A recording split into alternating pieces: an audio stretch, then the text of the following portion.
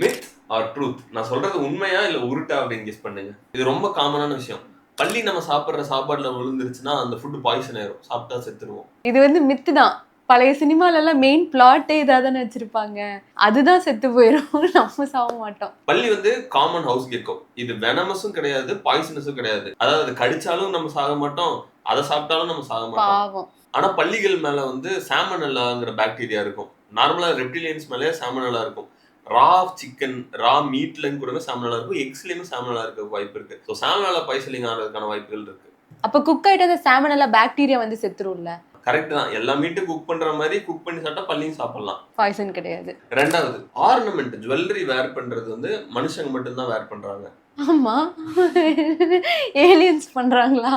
இல்ல, நிறைய அனிமல்ஸ் கூட வேர் பண்ணும். ஓ, இந்த தவக்கலை எல்லாம் மாட்டிட்டு சுத்திட்டு இருக்கிறதெல்லாம் உண்மையா? கிராபிக்ஸ் கிடையாதா? அது கிராபிக்ஸ் தான். சில பேர்ட்ஸ் எல்லாம் அதோட ஃபெதர்ஸை டெக்கரேட் பண்ணிக்கும். ஒரு குரூப் ஆஃப் சிம்பான்சிட்ட அப்சர்வ் பண்ணிருக்காங்க. ஒரு சிம்பான்சி புல்ல காதுல சொருவிட்டு சுத்திட்டு இருக்கு. அதை பார்த்துட்டு மற்ற சிம்பான்சிஸ் எல்லாமே காதுல புல்ல சொருவி சுத்திட்டு இருந்திருக்கு. பர்பஸே கிடையாது, சும்மா நல்லா இருக்கே.